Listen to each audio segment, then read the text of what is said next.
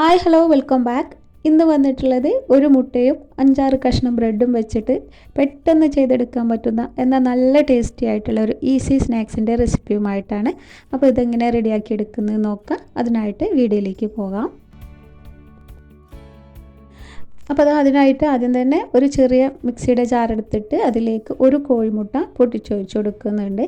ഇനി ഇതിലേക്ക് 2 അല്ലി വെളുത്തുള്ളി തൊലി കളഞ്ഞിട്ട് അതും കൂടെ ചേർത്ത് കൊടുക്കുക. പിന്നെ ഒരു 3/4 ടീസ്പൂണോളം മുളക് പൊടിയും കൂടെ ചേർത്ത് കൊടുക്കുന്നുണ്ട്. നമ്മൾ എരിവിന് വേണ്ടിയിട്ട് ഈ ഒരു മുളക് പൊടിയാണ് ആഡ് ആക്കുന്നത്. വേറെ പച്ചമുളകൊന്നും നമ്മൾ ഇതിലേക്ക് യൂസ് ചെയ്യുന്നില്ല.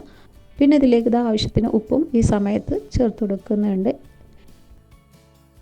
ഇനി 2 ടേബിൾ സ്പൂണോളം സൺഫ്ലവർ ഓയിലും കൂടെ ചേർത്ത് കൊടുക്കുന്നുണ്ട്. ഇതും കൂടെ ആഡ് ചെയ്തതിന് ശേഷം നന്നായിട്ട് തന്നെ ഒന്ന് അടിച്ചെടുക്കണം. നമ്മൾ മയോണൈസൊക്കെ ചെയ്തെടുക്കുന്ന പോലെ തന്നെ ഒന്ന് അടിച്ചെടുത്തിട്ടുണ്ട്. ഈ ഒരു രീതിയിലാണ്. ഇത്രയും കട്ടി ഉണ്ടാവണം. കട്ടിയില്ല എന്നുണ്ടെങ്കിൽ ഒരു ടേബിൾ സ്പൂണും കൂടെ ഓയിൽ ഒഴിച്ചിട്ട് വീണ്ടും ഒന്ന് അടിച്ചെടുത്താൽ മതി. അപ്പോൾ ഇനി ഇതൊരു വേറൊരു പാത്രത്തിലേക്ക് ഞാൻ മാറ്റി കൊടുത്തിട്ടുണ്ട്. ഇനി ഇതിലേക്ക് ഒരു 1/4 കപ്പ് ക്യാപ്സിക്കം നന്നായിട്ട് ചെറുതാക്കി അരിഞ്ഞത് ചേർത്ത് കൊടുക്കുന്നുണ്ട്. പിന്നെ ഇതിലേക്ക് ഒരു സവാള അതുപോലെ തന്നെ നന്നായിട്ട് തന്നെ പൊടിയായിട്ട് അരിഞ്ഞതും കൂടെ ചേർത്ത് കൊടുക്കുക. ഇനി ഇതിലേക്ക് മല്ലിയില ഒരു 2 തണ്ട് മല്ലിയിലയും കൂടെ ചെറുതാക്കി അരിഞ്ഞിട്ട് അതും കൂടെ ഇതിലേക്ക് ചേർത്ത് കൊടുക്കുന്നുണ്ട്. എന്നിട്ട് നന്നായിട്ട് തന്നെ ഒന്ന് മിക്സാക്കി കൊടുക്കുക.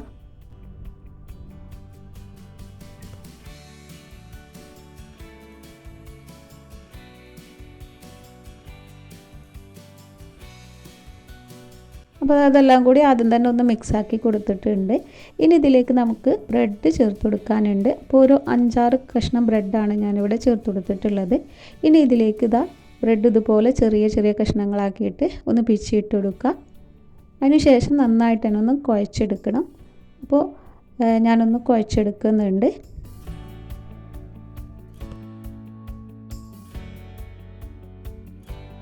നന്നായിട്ട് തന്നെ ബ്രെഡിൻ്റെ പീസൊക്കെ ഒന്ന് കട്ടൊന്നും ഇല്ലാതെ നന്നായിട്ട് തന്നെ ഒന്ന് ഉടച്ചെടുത്ത് നന്നായിട്ട് തന്നെ ഒന്ന് കുഴച്ചെടുത്തിട്ടുണ്ട്. എന്നിട്ട് ഇതുപോലെ ഒരു ഷേപ്പാക്കി എടുക്കുന്നുണ്ട്.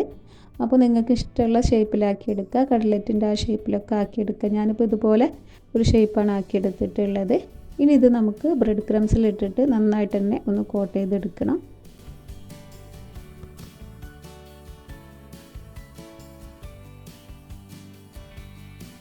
അപ്പോൾ ഈ ബ്രെഡ് ക്രംസിൽ ഇട്ടിട്ട് നന്നായിട്ട് തന്നെ കോട്ട് ചെയ്തെടുക്കുമ്പോൾ ഇത് നന്നായിട്ട് തന്നെ അവിടെ സെറ്റായി നിന്നോളും. അപ്പോൾ ഒരു 2-3 പ്രാവശ്യം ഇതുപോലെ കോട്ട് ചെയ്തെടുത്താൽ നല്ല രീതിയിൽ ഷേപ്പാക്കി എടുക്കാനും പറ്റും. അപ്പോൾ 2-3 പ്രാവശ്യം ഇതുപോലെ കോട്ട് ചെയ്തെടുത്താൽ ഇതുപോലെ നല്ല ഷേപ്പാക്കി എടുക്കാൻ പറ്റും. അപ്പോൾ എല്ലാതും ഞാൻ ഇവിടെ ചെയ്തെടുത്തിട്ടുണ്ട്. ഇനിയിപ്പോൾ ഒരു പാനിലേക്ക് ഓയിൽ നന്നായിട്ട് ചൂടായതിനു ശേഷം ലോ ടു മീഡിയം ഫ്ലെയിമിലാക്കി വെച്ചിട്ട് ഇതുപോലെ നമുക്ക് ഫ്രൈ ചെയ്തെടുക്കാം. ഇതുപോലെ മുക്കി പൊരിക്കാനായിട്ട് അധികമായിട്ട് ഓയിൽ ഒഴിച്ച് കൊടുക്കേണ്ട ആവശ്യമില്ല. ഇതുപോലെ കുറച്ച് ഓയിലിൽ നമുക്കിത് ഫ്രൈ ചെയ്തെടുക്കാൻ പറ്റും.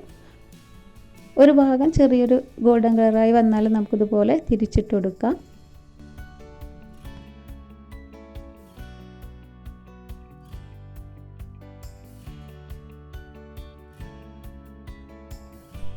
അപ്പോൾ ഞാൻ എല്ലാതും ഇതുപോലെ ഒന്ന് തിരിച്ചിട്ട് കൊടുത്തിട്ടുണ്ട്. വളരെ പെട്ടെന്ന് തന്നെ റെഡിയായി കിട്ടും. ഒരു 1-2 മിനിറ്റിനുള്ളിൽ തന്നെ ഇത് നമുക്ക് റെഡിയായി കിട്ടും.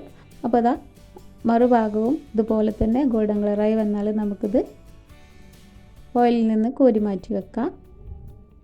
അപ്പോൾ നമ്മുടെ സ്നാക്ക് ഇവിടെ റെഡി ആയിട്ടുണ്ട്. ഇനി ബാക്കിയുള്ളതും ഇതുപോലെ തന്നെ നമുക്ക് ചെയ്തെടുക്കാം.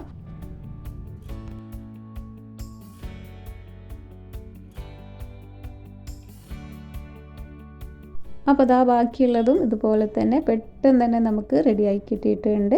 അപ്പോൾ നമ്മുടെ ടേസ്റ്റി ആയിട്ടുള്ള സ്നാക്ക് ഇവിടെ റെഡി ആയിട്ടുണ്ട്. നല്ല അടിപൊളി ടേസ്റ്റി ആയിട്ടുള്ള ഒരു സ്നാക്കാണ്. വളരെ ഈസി ആയിട്ട് ഉണ്ടാക്കാനും പറ്റും. അധികം ഇൻഗ്രീഡിയൻസ് ഒന്നും ഇല്ലാത്ത ഒരു ഈസി സ്നാക്ക് കൂടിയാണ്. അപ്പോൾ എല്ലാവരും ഒന്ന് ട്രൈ ചെയ്ത് നോക്കുക. എന്തായാലും ഇഷ്ടപ്പെടും.